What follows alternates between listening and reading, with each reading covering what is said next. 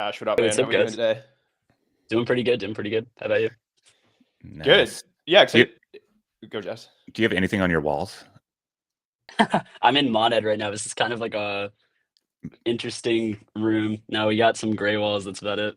All right, it's a little bit of an innovation on the normal white walls, but I think it probably tracks. It tracks. Yeah, so Ash, you're the founder and CEO of Axal, which is an automated stablecoin savings platform that earns you a higher interest rate than your bank by aggregating top lending protocols. So yeah, I was kind of scrolling through, I guess, some of the articles that have written about you, some of your kind of past writing, and I've seen you talk about your bigger vision for a competitive agentic task marketplace. I think previously you launched a product called Autopilot that would like automate trading across a bunch of assets, but it seems like you kind of landed on a much more like focused product with where Axel is today. So I'm curious if you could walk us through the kind of idea maze that led to this product. Yeah, idea maze is definitely the right word. I mean, I got into crypto just in college doing hackathons with my friends, excited super philosophically by stuff. I wasn't too big of a trader at first, and then now I'm doing a lot more. But like in general, blockchain's giving you guarantees on execution of things. Like so far we've seen Bitcoin itself, so like money itself having some form of credible guarantee. And then of course now with DeFi and gaming and all this stuff, you can see it expand. So a lot of the early ideas that you mentioned, whether it's autopilot with all-in-one trading or this broader, like even real world tasks that are verified on chain, we were just trying stuff out and seeing what sticks, what really excites people. I think like any founder, any company, you have all these big philosophies and dreams, and then when like it comes down to it, you need something that people really care about. And for us with autopilot, people cared about when the market was good, and then Trump launches meme coin in January, and a lot of these features that we had, like copy trade your friends, create baskets of tokens, nothing was that exciting. And the one thing people always came back to is yield. It's like at any point in time under any market, you're holding your dollar or your underlying asset, you're buying your coffee with it, you're paying your rent with it. So for us, it's like DeFi yield has been a thing for a while. This is not a novel idea in the sense of aggregating yield sources and just getting people exposure to it. But I think we haven't had all the pieces to make it truly accessible. Like I got to explain what a wallet is to my mom. I got to think about gas. I got to think about different chains. I got to stare at charts all day. Like the UI for these platforms, whether it's Morpho or Aave, is a spreadsheet or a table. I just see a list of pools. I don't really know what's going on. I see a high number, but I see another low number. I'm a little scared. I don't know what to do. So for us, it's like Robinhood like UX, if not even better for what people can do to just get the best yield on their dollar. So I know like there have been a bunch of iterations. I think there's a number in the market right now, but I think maybe the end of last cycle or even just as recent as a few years ago, the sort of idea of like a DeFi or I guess fintech wrapper around DeFi primitives was rather popular, and then ultimately ended in a whole bunch of pain for folks as they realized that maybe they didn't hold their own keys or that folks were doing other things Yeah. with their money. So maybe give us a bit of a breakdown on how the product works, and then specifically why should I trust you? Yeah, really good points. And I'm sure everyone here knows like Celsius and BlockFi. Like that pitch even of going towards like the regular people with like earn good yield and then getting rugged because you don't actually own your key. Like to me, it's like, why are you in crypto if it's not truly non-custodial? Like that's the one true innovation. Like you hold your key, even if Axel's allowed to automate certain things, you still hold this global key. So TLDR in the tech, we're using trusted execution environments. I always describe this to people as just like your iPhone has a chip in it, which is a TE as well that does Face ID. We're doing the exact same thing for transaction signing. So you're spinning up a privy wallet inside of this TE. I have no idea what that private key is at first, but then what we're doing is an allow list of what the TE is allowed to do on your behalf. So kind of like Google permissions, like Google's allowed to maybe like read your email but cannot send, like those types of checkboxes. We're doing the same. Like Axel is allowed to put your money into this list of 5 pools and nowhere else. Your money needs to be in your wallet or there. Gun to my head, I can't go and move your money anywhere else just because nothing outside of the TE itself, which is fully private, is allowed to move funds. So yeah, I think not being non-custodial is key. TE's allowed us to do a lot of cross-chain stuff. Haven't seen too many other yield protocols that are trying to do that. And then also allows you to balance it with the clean user-facing UX, like mobile app coming out in a month. Desktop version itself right now is sign up with an email, get your wallet, just somehow fund US dollars or USDC onto the thing. We're partnered with MoonPay as well. But yeah, combining that with being non-custodial, I think is the real breakthrough.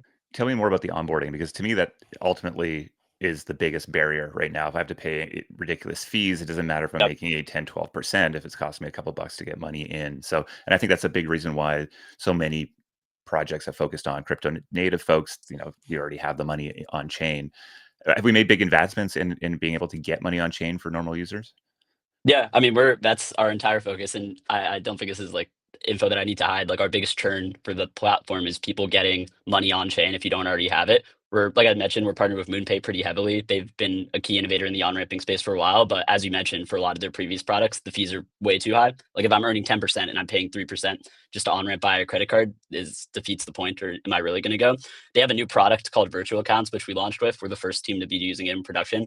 Similar to what you've seen in the past, but a little bit more innovative than, let's say, Bridge and some of these other platforms. With like, I create an account. There's a account number and a routing number tied to me. I can send any form of fiat via wire, ACH, or SEPA to this, and then instantly the second it hits, I can get stables. And it's not at all perfect just yet, but it's getting there. Like now I can set that up. I do a basic KYC flow, and then as soon as I'm approved, I can on and off ramp pretty easily. What we're working on them now with them now is like plaid-like flows, so it's even more intuitive. I don't even have to go to my bank account and enter something, but the end game is obvious to everyone. Like whoever's downloaded Robinhood knows what it needs to feel like. Like you just do this one time simple check and then you're good to go. And lots of other innovations that we're going to try to add, like no KYC below a certain amount when it's legal in certain jurisdictions, stuff like that, just to ease the first time on ramping flow. But yeah, that's entirely where my head is at. Like as soon as I'm done with this, I'm just going to go and keep deep diving into the ramping side. I mean, this idea of just giving the mass market a magic button to access the high yields of DeFi has seemed like a pretty obvious and massive opportunity for a long time, but I think it's continued to prove harder than maybe it seems on the surface. So I'm curious what you've learned trying to onboard kind of net new audiences. And is it education? Is it trust? Is it like what are the things that are holding them back? Because obviously getting 10% yield versus your like 2% in a high yield savings account should be a pretty obvious value proposition.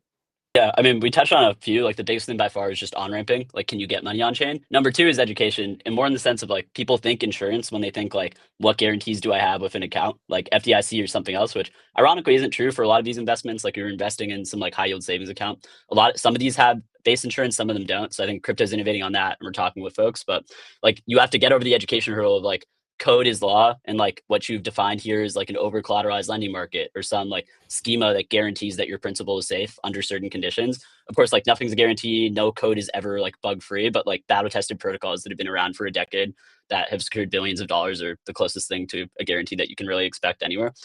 So I think education is a big part of it. Weirdly enough, people haven't done too much of a deep dive into the pools. Like when I onboard my parents or friends that are just outside of this stuff and they get excited by a higher yield, they just want some explanation of what's going on at a high level, but they're not going to go to Morpho or go to Euler or go to Aave, like the things that we aggregate over.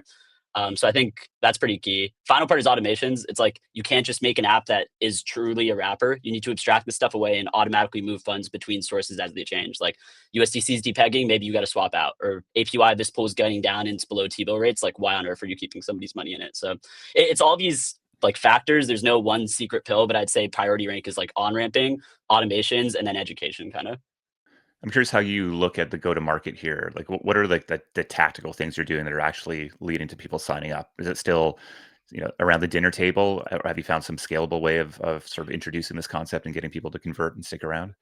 Yeah, we're in the phase of like try literally everything out and don't shoot down any idea. So like there's a great platform called Daisy. I know people have heard of them. They're doing a lot of fun stuff with like I was gonna use the phrase micro KL, which is probably the most like crypto phrase for it ever, but like influencers on Instagram or TikTok, like getting these creators to go and share certain posts with their audience. Helium's done an amazing job with the subway ad campaign in New York. I love it. Like I get on the train, I see your next phone plan free. We're cooking on some stuff like that. Like fuck Robinhood, fuck Chase Bank, like 4% crossed out, 10%, like that type of guerrilla marketing could be cool. But yeah, I mean, the latter really is like consumer today. Crypto natives are much easier than folks that don't have crypto. It gets interesting when you think about the B2B angle. So not even RUI, but like I can sell to wallets and give them the biggest revenue stream that they've ever had by giving them 1 or 2%. I take like a little bit, users getting 7 or 8. That yield as a service API is cool. My end game, and yesterday was cool because we went to one of the biggest banks here in New York and high-rise building. We went and had a meeting with them. Long process to get integrated, but my end game is like the bank itself, like your trad bank that you're spending out of is using Axal under the hood for yield to go and enter these sorts of worlds. So the path is clear, the end game is clear. Like passing each rung is hard. A lot of that is TVL, a lot of that is trust, a lot of that is like person A vouches for it. Like I opened my first bank account because my mom just said go open a Chase account. Like that's why I do stuff, and I feel like that's the main reason why people move their money. So you need a lot of that word of mouth. We're releasing referrals today, but yeah, we're trying all sorts of stuff out. The path is clear. It's more like how can you escalate to the next rung. Have you tried just like traditional paid ads? I've always been surprised at how little crypto is experimented with it. Like I think the payback periods and like like LTV of users is so high that it should make a ton of sense. Yet we don't see a lot of people trying it. So have you experimented with that? We actually haven't yet. Like we have a bunch of these Twitter ad credits, and then we have a little budget that we'll try out. I think the fear with traditional paid ads is like I'm just shooting it out into the void, but of course it works, and this is like how all the big tech giants have made their money. Things like Daisy get me excited because it's like I feel like at least for me and my generation, a lot of what we do is like word of mouth from our friends or smaller creators that are followed versus like I see a generic ad somewhere. But we'll see. We don't have enough data for anything, so don't shoot down anything. I'm curious where you see this going. I mean, I think you've given us a bit of a view of the ladder you see yourself climbing up. But this idea of sort of a magic button for your money, I think is just, as Josh said, very compelling. And it feels like stables are just the most boring version of that. I mean, I love 10%. Yeah. Like, don't get me wrong. But do you see yourself just focusing on that to its exclusion, or are there other sort of magical capabilities that you might test out over the next little while? Yeah. This is what gets me really excited. I wrote a Twitter article that got like 5 likes on it, but I think it's my like the best thing I've ever written. It's like global We'll autonomous boost it. yield. We'll boost it for you. Oh yeah, no, we'll do a paid ad on it. There Give we you go. email list. There we go.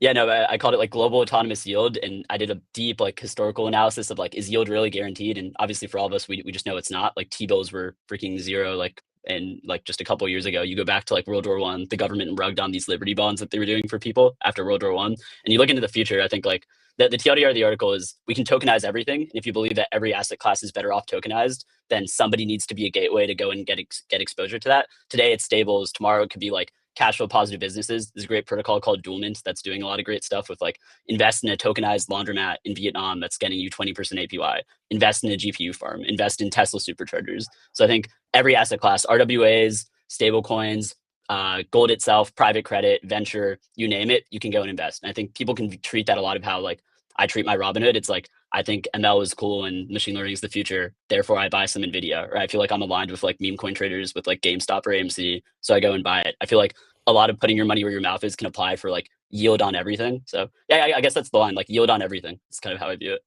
It's I mean, a room for me to plug USD AI, which is one of our Yeah. portfolios that launched earlier this week. You can, but yeah, interesting. Okay.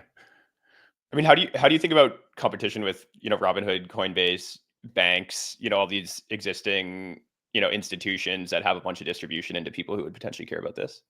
Yeah, I feel like a lot of it is like the usual like startup versus incumbent.